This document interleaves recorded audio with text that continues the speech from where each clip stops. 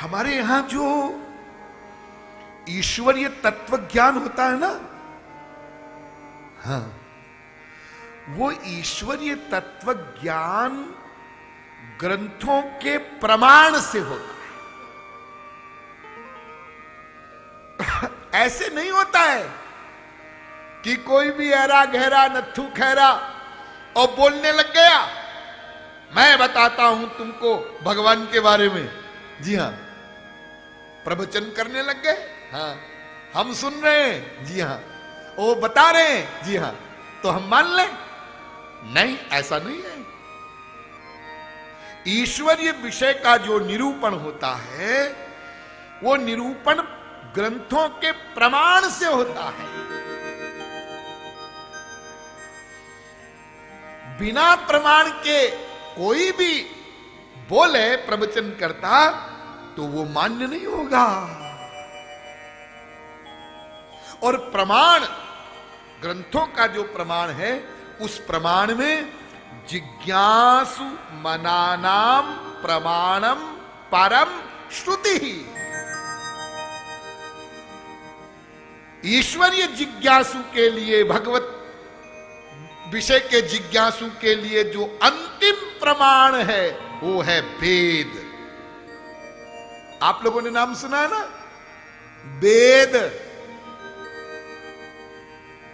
4 वेद आपने सुने होंगे, ऋग्वेद, यजुर्वेद, अथर्ववेद, सामवेद, हाँ सुना है। वेद अंतिम प्रमाण है।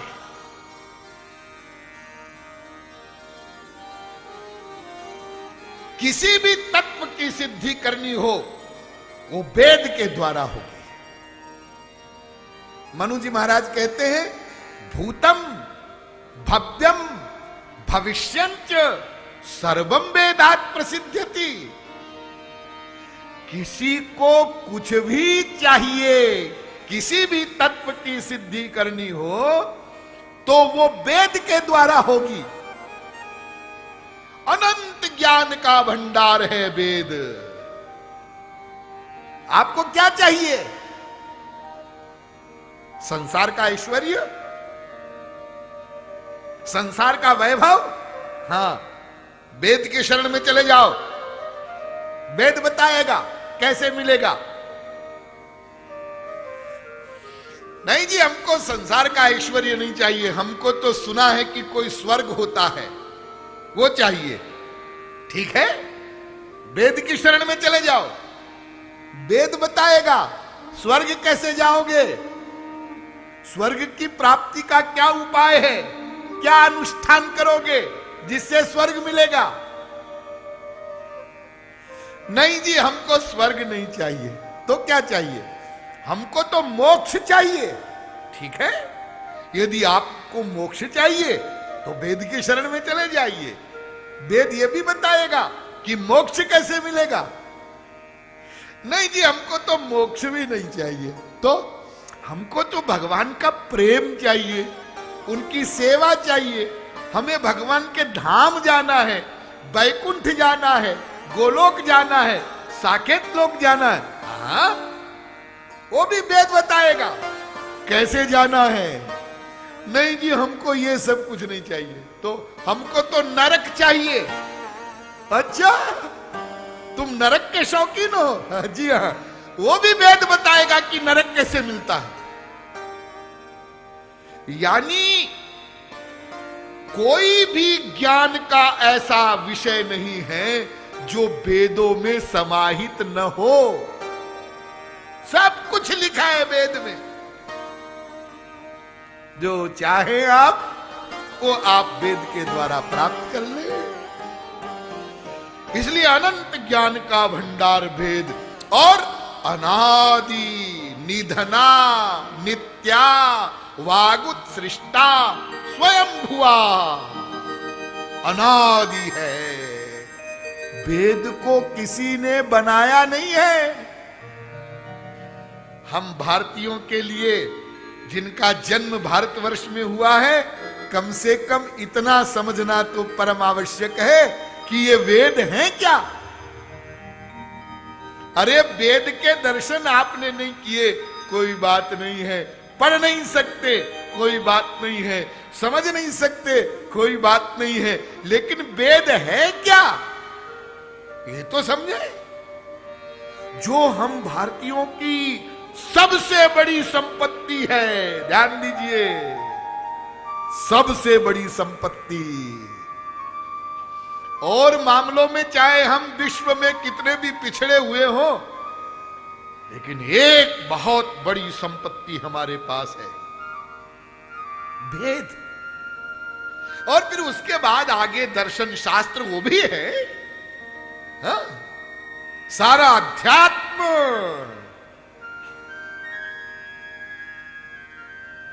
ईश्वरीय मामले में, स्पिरिचुअल मामले में पहले भी भारत विश्व का गुरु था, आज भी है, आगे भी रहेगा, चैलेंज के साथ रहेगा।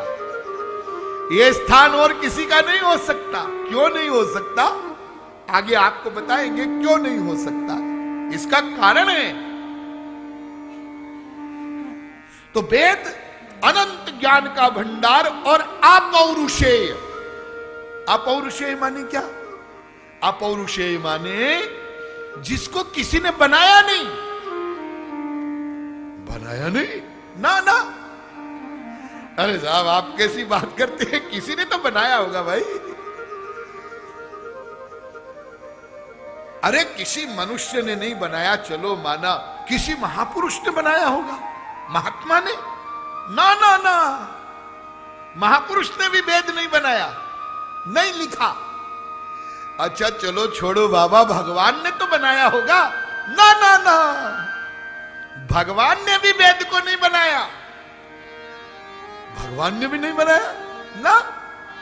तो फिर कहां से टपका? जब भगवान ने भी वेद को नहीं बनाया तो आया कहां से? हाँ, भगवान ने भी वेद को बनाया नहीं, तो निश्वसितमस्य वेदा। जब सृष्टि हुई ना, एक एक शब्द पर ध्यान दीजिए, आगे कथा में सृष्टि का विषय आएगा तब आपको बताएंगे, अभी प्रसंग के अनुसार समझिए। जब सृष्टि हुई तो सबसे पहले क्या हुआ? भगवान अकेले थे, यो वशिष्येत सोऽस्म्य हम, अकेले। हाँ, और योग निद्रा में लेटे थे। हाँ, और जब संकल्प हुआ करुणावश सृष्टि का, तो उनके श्वास से, ध्यान दीजिए, उनके श्वास से सबसे पहले वेद प्रकट हुआ, बनाया नहीं, अनादि निधना, पहले भी था, प्रकट हुआ।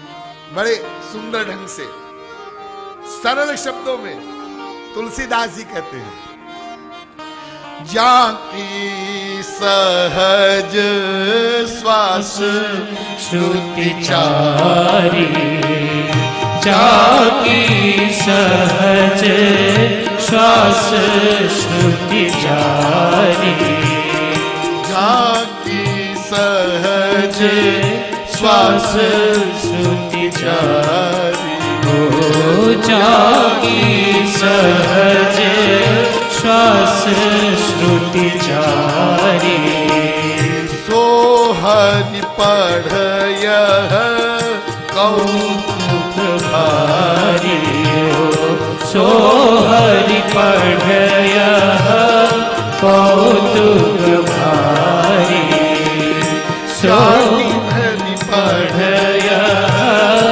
कौतुक भारी, जाकी सहज श्वास श्रुति चारी, जाकी सहज श्वास श्रुति चारी, सो हरि पढ़य कौतुक भारी, ओ सो हरि पढ़य कौतुक भारी।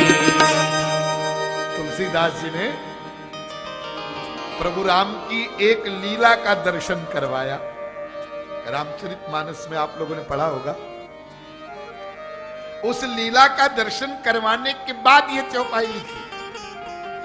कौन सी लीला?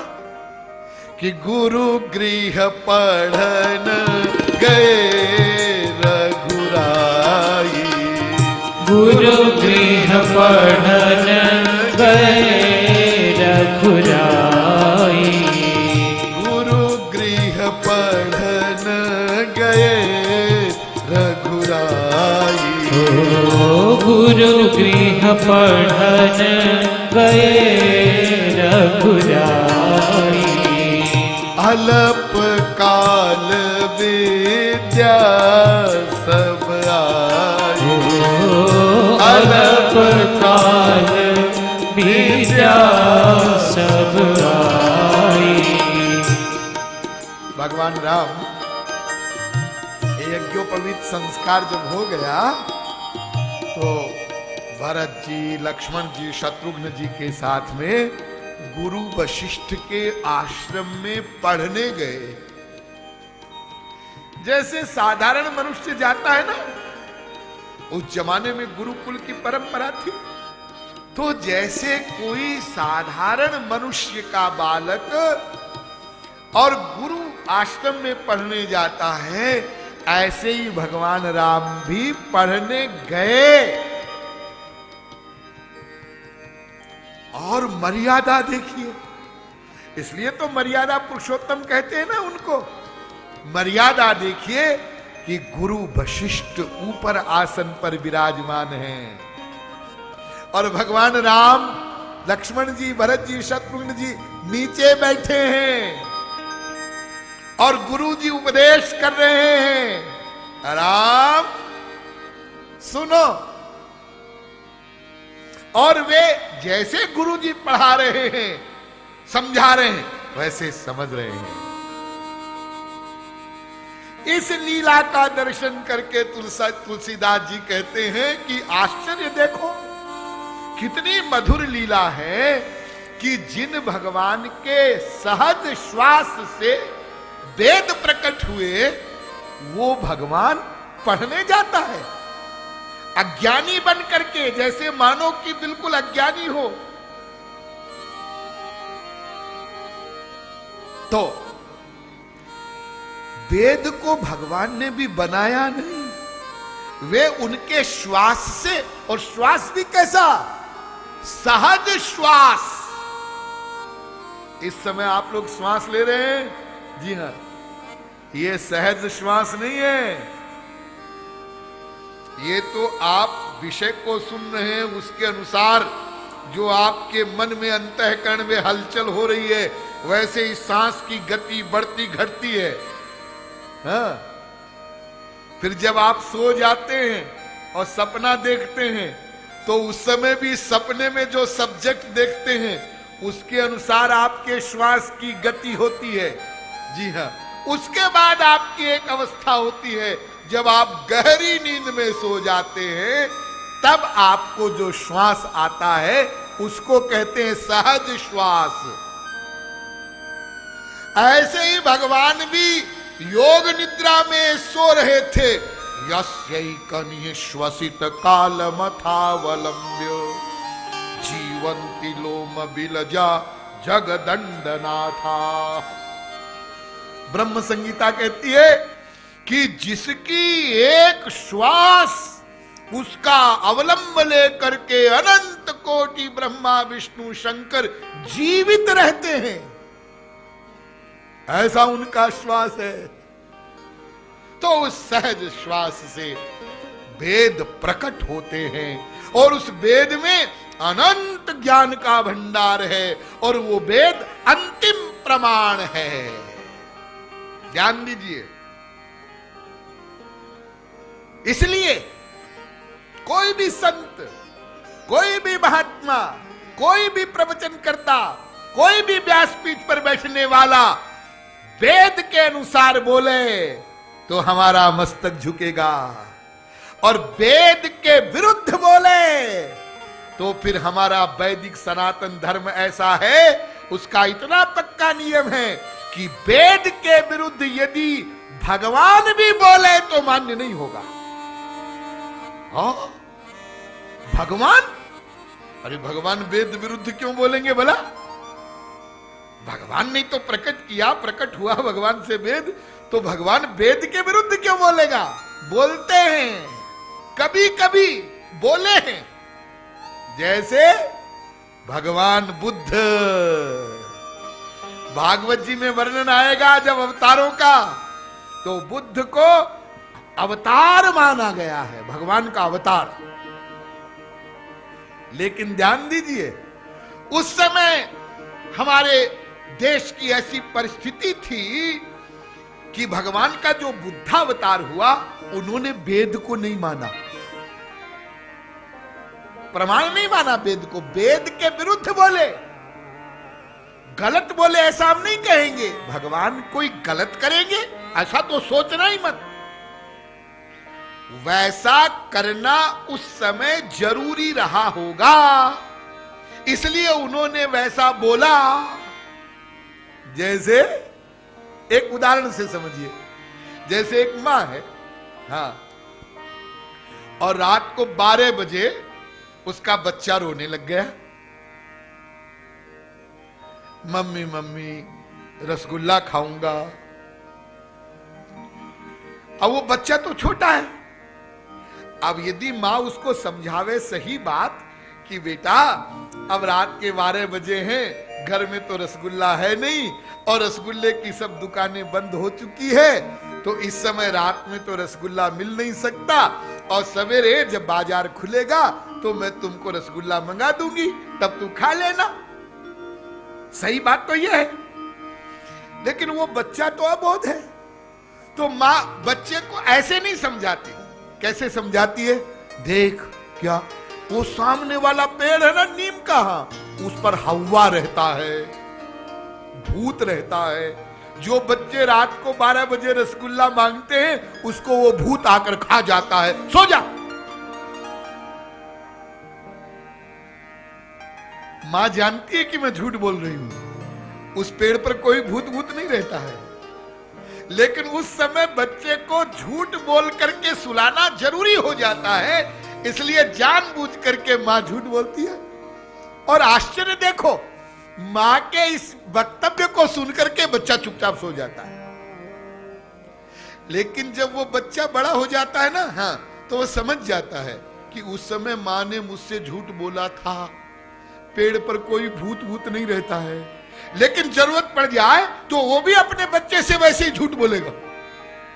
तात्पर्य कहने का ये कि कभी कभी भगवान को भी, महापुरुषों को भी कुछ ऐसी बातें बोलनी पड़ती है जो वेद के अनुसार नहीं होती, तो हम लोग उन महापुरुषों को या भगवान को नमस्कार करते हैं। हम सब लोग भगवान बुद्ध को नमस्कार करते हैं, प्रणाम करते हैं, लेकिन उनके सिद्धांत का बहिष्कार करते हैं। उनका सिद्धांत हमको मान्य नहीं है, क्योंकि वो वेद विरुद्ध है। इसलिए ध्यान दीजिए, वेद इतना बड़ा प्रमाण है कि भगवान भी बोलेंगे तो वेद के अनुसार बोलेंगे तो मान्य होगा, और वेद के विरुद्ध बोलेंगे तो मान्य नहीं होगा। इसलिए ध्यान दीजिए, हम लोग गीता मानते हैं, गीता को आप सब लोग मानते हैं? क्यों मानते हैं? क्यों मानते हैं? अरे साहब, गीता ये तो भगवान श्री कृष्ण के मुखार बिंद से निकली है। अच्छा, ऐसा नहीं है? तो भगवान श्री कृष्ण के मुखार बिंद से भगवत वाणी निकली, श्रीमद् भगवत गीता, हाँ, लेकिन वो केवल भगवान श्री कृष्ण के मुखार बिंद से निकली, इसलिए हम लोग मानते हैं, ऐसा नहीं। तो वो भगवान श्री कृष्ण के मुखार बिंद से निकली प्लस वेद सम्मत, इसलिए गीता में ही कह दिया गया, सर्वोपनिषदो गावो दोग्धा गोपाल नंदन। उपनिषद रूपी गाय को दूहा श्री कृष्ण रूपी ग्वाले ने, वो गीता। तुलसीदास जी ने रामचरितमानस में जब मंगलाचरण किया तो 7 श्लोकों में मंगलाचरण किया। तो पहले तो सब वंदना कर दिया उन्होंने, गणेश जी की, सरस्वती की, शंकर जी की, गुरु जी की, वाल्मीकि जी की, हाँ? भगवान विष्णु की, राम जी की, सबकी वंदना कर दिया। और बाद में अंतिम श्लोक में क्या कहा बालकांड में? नाना पुराण निगमागम सम्मतम यत्।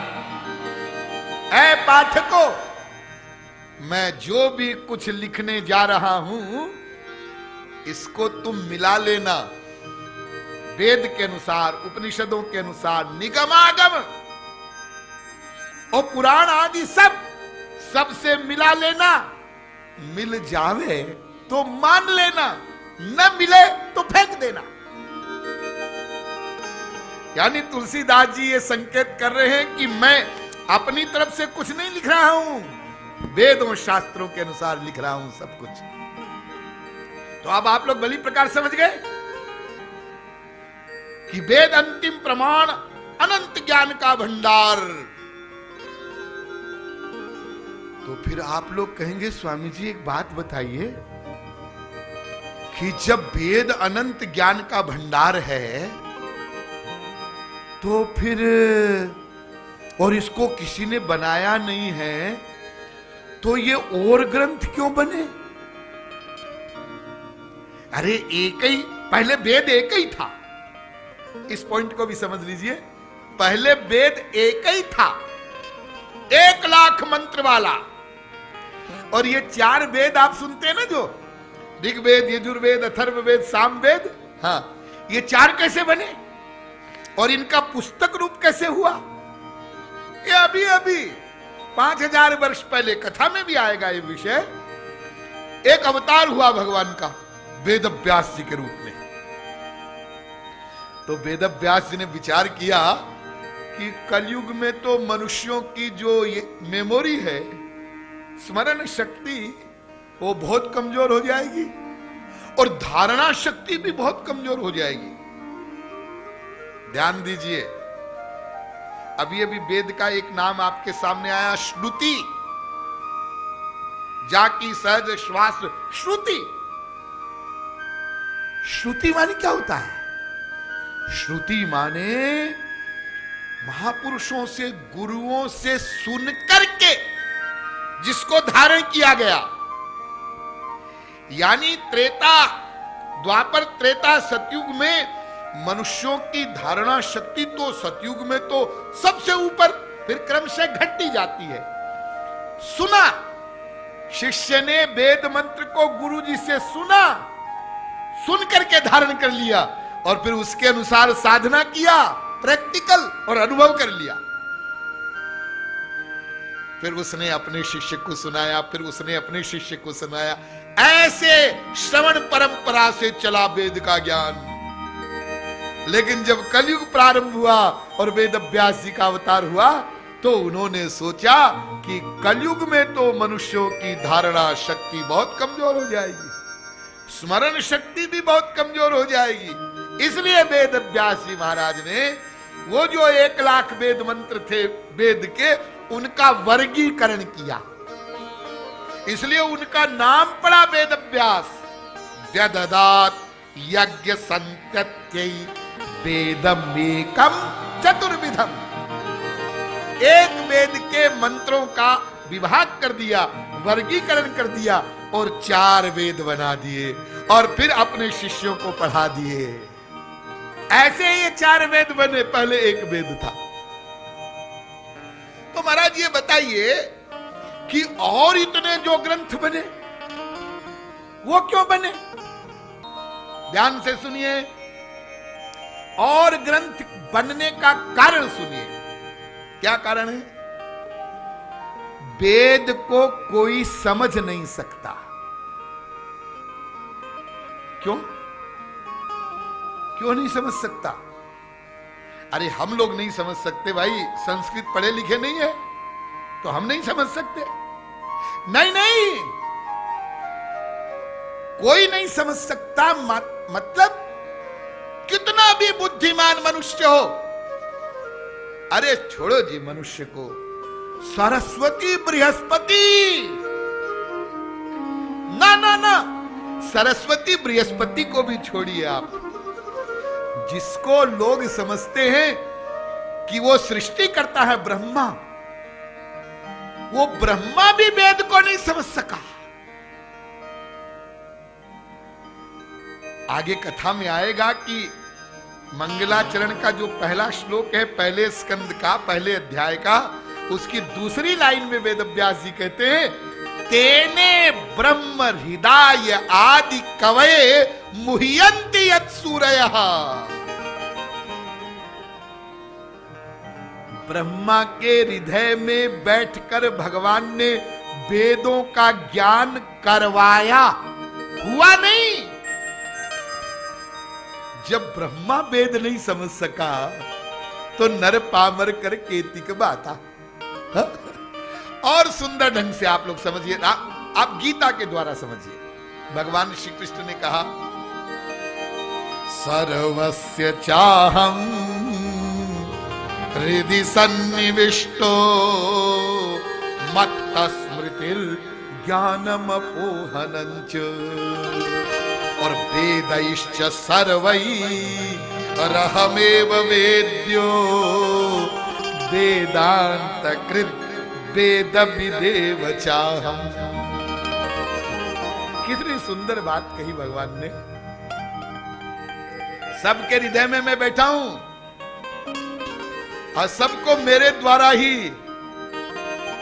स्मृति ज्ञान आदि सब होता है। हाँ, लेकिन वेदकृत, वेदविद और वेद वेद्य, ये तीनों मैं ही हूं अर्जुन। बुद्धि लगाइए। वेदकृत माने वेद को प्रकट करने वाला, और वेदविद माने वेद को जानने वाला, और वेद वेद्य माने वेद के द्वारा जाना जाने वाला। ये तीनों मैं ही हूं। मैंने ही वेद को प्रकट किया, मैं ही वेद को जानता हूं, और मैं ही वेद से जाना जाता हूं। यानी मेरे अतिरिक्त और कोई वेद नहीं जानता। और या जिसको मैं जना दूं वो जान सकता है। हाँ, जिसको भगवान, अरे भगवान जना दे फिर तो सोई जानई जेहि देहु जनाई। सोई जानई जेहि देहु जनाई। जानत तुम्हारी भय जाई। जानत तुम्हारी है जाई। अरे भगवान यदि किसी पर कृपा कर दे वो तो फिर भगवान कहते वो मेरे बराबर हो जाता है। ब्रह्मविद ब्रह्मैव भवति। हाँ? आगे प्रसंग आएगा तब आपको इस विषय को बताएंगे। तो वेद को कोई जान नहीं सकता। क्यों नहीं जान सकता? क्या खास बात है वेद में? ध्यान दीजिए, क्या खास बात है। नंबर 1 सुनिए, क्यों नहीं जाना जा सकता वेद को? पहली बात, अनंत पारम गंभीरम दुर्विगाह्यम समुद्रवत। वो समुद्र के समान अनंत गंभीरता लिए हुए हैं। कभी आप लोग गए मुंबई या चेन्नई, समुद्र देखा आपने? चौपाटी पर गए होंगे, क्या दिख रहा है? समुद्र है। अरे ये जो सामने दिख रहा है ना, ये इतना ही नहीं है, इसकी गहराइयों में क्या क्या है ये कोई साधारण मनुष्य जान सकता है? ये तो वो गोताखोर भी नहीं जानते। इतना रहस्य उसकी गहराई में। ऊपर ऊपर से आप देख लेंगे समुद्र को, लेकिन उसकी गहराई में क्या है ये आप नहीं जान सकेंगे। ये तो मटीरियल समुद्र है, लिमिटेड समुद्र है। वो वेद रूपी जो समुद्र है वो अनंत पारम गंभीरम, उसमें अनंत गहराई है। इसलिए मनुष्य, मायाधीन मनुष्य वेद को नहीं समझ सकता। नंबर 2, दूसरा कारण, परोक्ष बादो वेदोयम बालाना मनुशासनम। मैं संक्षेप में बोलूंगा, आप लोग समझते चलिए। वेद परोक्षवादी हैं। परोक्षवादी माने उसका भावार्थ अलग है और शब्दार्थ अलग है। शब्दों का अर्थ बिल्कुल अलग और भाव बिल्कुल अलग। कैसे कैसे अलग? एक लौकिक उदाहरण में देता हूं आपके सामने, उससे आप समझेंगे कैसे अलग भाव होता है। जैसे गुरु शब्द आप लोगों ने सुना है? गुरु सभी ने सुना होगा। गुरु शब्द का क्या अर्थ है, गुरु माने क्या होता है, ये आगे कथा में विषय आएगा तब बताएंगे। अभी आप लोग गुरु शब्द का जो प्रयोग होता है उसको समझिए। ये जो लोफर लफंगे लोग रहते हैं ना, गुंडे बदमाश, तो जब मिलते हैं वो, और दिन भर में किया जो भी उनको करना था, गपड़ सपड़, और फिर मिले रात को शराब खाने में। हाँ। और फिर आपस में बात कहते हैं, कहो गुरु 31 कैसी रही? अब देखो शब्द का क्या प्रयोग कर रहे हैं, गुरु शब्द का प्रयोग कर रहे हैं। और गुरु शब्द का अर्थ तो क्या है, और यहां ये जो गुंडा है, लफंगा है, ये गुरु शब्द का प्रयोग कर रहा है। गुरु शब्द, कहो गुरु नया साल कैसे रहा, यहां कहां कहां गए, कितना पिया, क्या क्या बदतमीजियां किया, ये बताओ। तो यदि कोई उन लफंगों को न जानता हो तो वो गुरु शब्द का कितना अनर्थ कर देगा। ऐसे ही वेद के जो मंत्र हैं वो परोक्षवादी हैं, इसलिए उसको कोई मायाधीन मनुष्य नहीं समझ सकता। और तीसरा कारण सुनो, एक और, वो क्या है? वेदस्य चेश्वरात्मत्वात् तत्र मुह्यन्ति सूरयः। वेद ईश्वरात्मक हैं। ईश्वरात्मक है माने जैसे भगवान दिव्य होते हैं, दिव्यो ह्यमूर्तः पुरुषः स बाह्याभ्यंतरो ह्यजः। जैसे भगवान दिव्य होता है, प्राकृत इंद्रिय मन बुद्धि से परे होते हैं, ऐसे ही वेदवाणी भी दिव्य है, इसलिए वो हमारी प्राकृत इंद्रिय मन बुद्धि से परे है। अब समझिए निष्कर्ष। तो चूंकि दिव्य वेदवाणी को कोई मायाधीन मनुष्य नहीं समझ सकता है, लेकिन वेद का जो अर्थ है, उसका जो विषय है, वो तो मानव मात्र के लिए है, जीव मात्र के लिए है। हाँ, तो उसके अर्थ को सब लोग समझ सकें, इस बात को ध्यान में रख करके बाद में महापुरुषों ने दूसरे ग्रंथ बनाए। वेद में और उन ग्रंथों में अंतर क्या है? वेद का विषय भी अलौकिक, भाषा भी अलौकिक। हाँ, और बाद के महापुरुषों ने जो ग्रंथों की रचना की, उनका विषय तो अलौकिक, वेद वाला ही, लेकिन भाषा सरल। ऐसी भाषा में ग्रंथ बनाए जिससे सामान्य व्यक्ति भी समझ सके। यदि उस पर भगवान की कृपा हो और गुरु जी की कृपा हो तो, नहीं तो वो भी नहीं समझ सकता। इसलिए ध्यान दीजिए, जिन वेद व्यास जी ने वेद का विभाग किया था और 4 वेद बनाए थे, उन्हीं वेद व्यास जी महाराज ने वेद के अर्थ को समझाने के लिए 17 पुराणों की रचना की और यह कह दिया, इतिहास पुराणाभ्याम वेदम समुपबृंहयेत। डायरेक्ट पढ़ के कोई वेद को नहीं समझ सकता है, लेकिन पुराणों से और इतिहास ग्रंथों से वेद के अर्थ को समझा जा सकता। तो पहले तो ध्यान दीजिए, वेद व्यास जी ने 17 पुराण बनाए और फिर उन्होंने महाभारत की रचना की। उस महाभारत में भी 1 लाख श्लोक। अब वेद के अर्थ को खोल दिया। फिर केवल वेद व्यास जी थोड़े हुए, और भी तो महापुरुष हुए।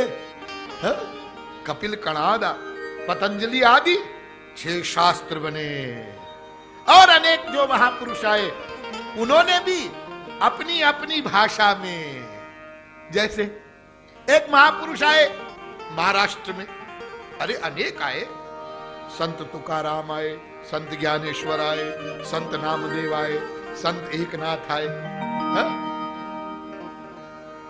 स्वामी रामदास आए। हमारा महाराष्ट्र में भ्रमण अधिक रहता है तो महाराष्ट्र के सब संतों का स्मरण विशेष होता है। गौरांग महाप्रभु आए बंगाल में, मीराबाई आई राजस्थान में, अनेक महापुरुष हमारे देश में जहां जहां रामानुजाचार्य जी, निम्बारकाचार्य जी, वल्लभाचार्य जी, शंकराचार्य जी, अनेक महापुरुष। हाँ, जो महापुरुष जिस प्रदेश में, जिस समय में जहां हुआ, उन्होंने उस देश काल परिस्थिति में मनुष्यों की जो स्थिति थी उसी भाषा में जैसे लोग समझ सके। मराठी में संत ज्ञानेश्वर ने ज्ञानेश्वरी लिखी। अरे गीता तो पहले से थी ना, और अनेक टीकाएं भी थी। हाँ थी, लेकिन महाराष्ट्र के लोग उसको समझ सके तो उन्होंने मराठी में लिखा। तुकाराम जी महाराज ने अभंग लिखे, मराठी में लिखे। चैतन्य चरितामृत की रचना हुई, बंगला में हुई। मीराबाई ने पद लिखे, सब राजस्थानी में। हाँ?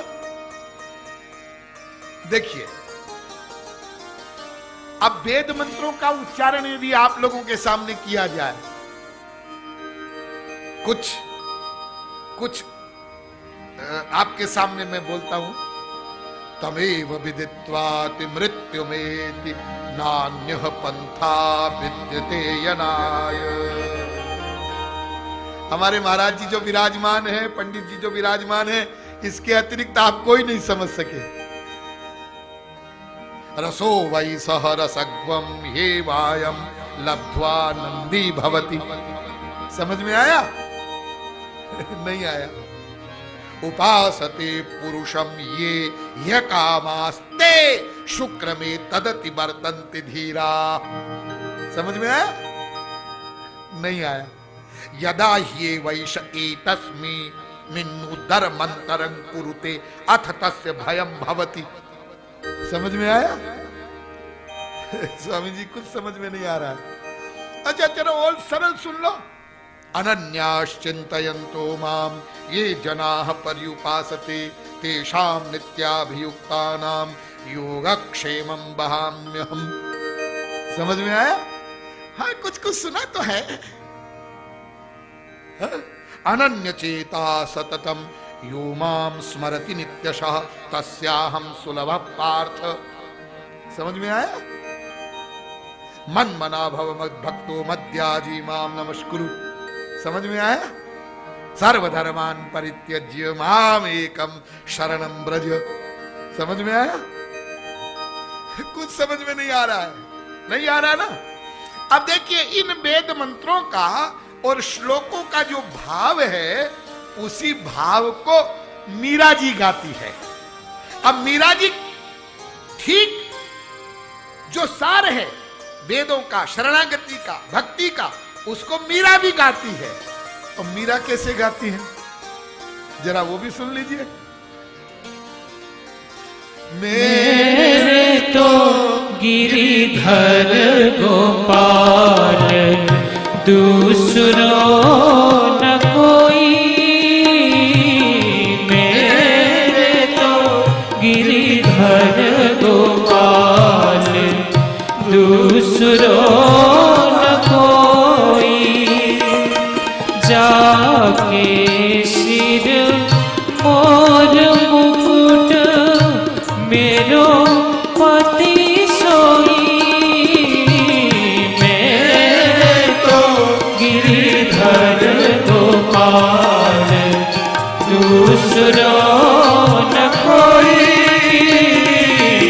मेरे तो गिरिधर गोपाल दूसरो न कोई।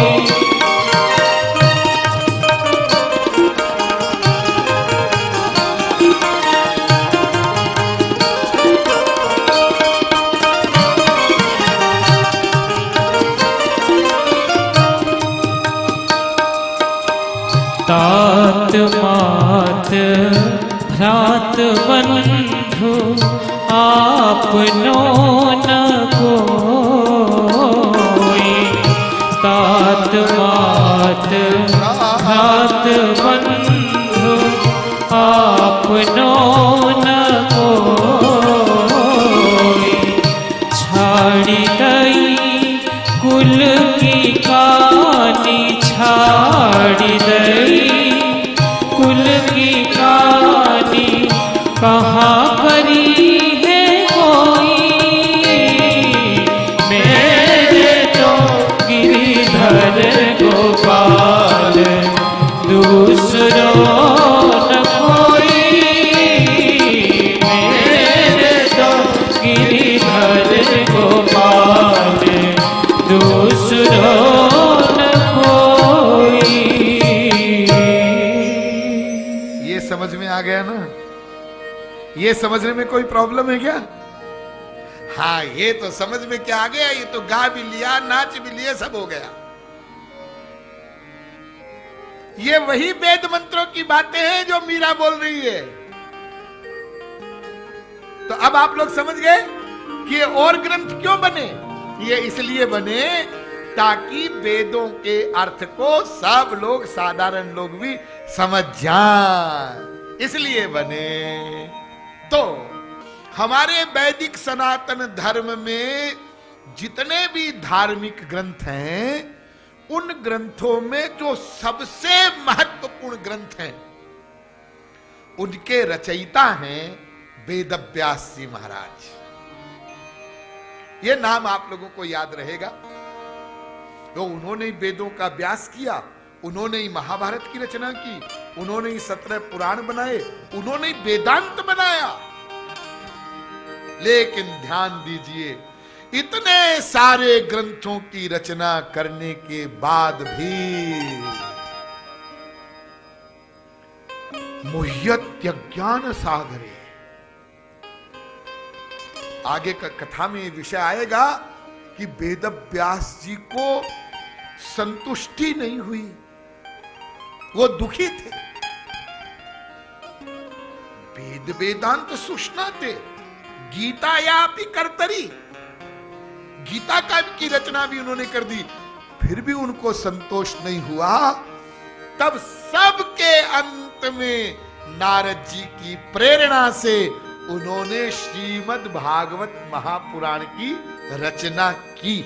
जब श्रीमद् भागवत ग्रंथ की रचना वेदव्यास जी ने की, तब उनको संतुष्टि हुई। अब मेरे पृथ्वी पर आने का प्रयोजन, अवतार का प्रयोजन सिद्ध हो गया। इसलिए निष्कर्ष सुनिए, समस्त धर्म ग्रंथों में, केवल हिंदू धर्म नहीं, समस्त धर्म के जितने भी ग्रंथ हैं, उन ग्रंथों में सर्वोत्कृष्ट स्थान यानी मुकुटमणि श्रीमद् भागवत महापुराण है। ये सर्वश्रेष्ठ ग्रंथ है।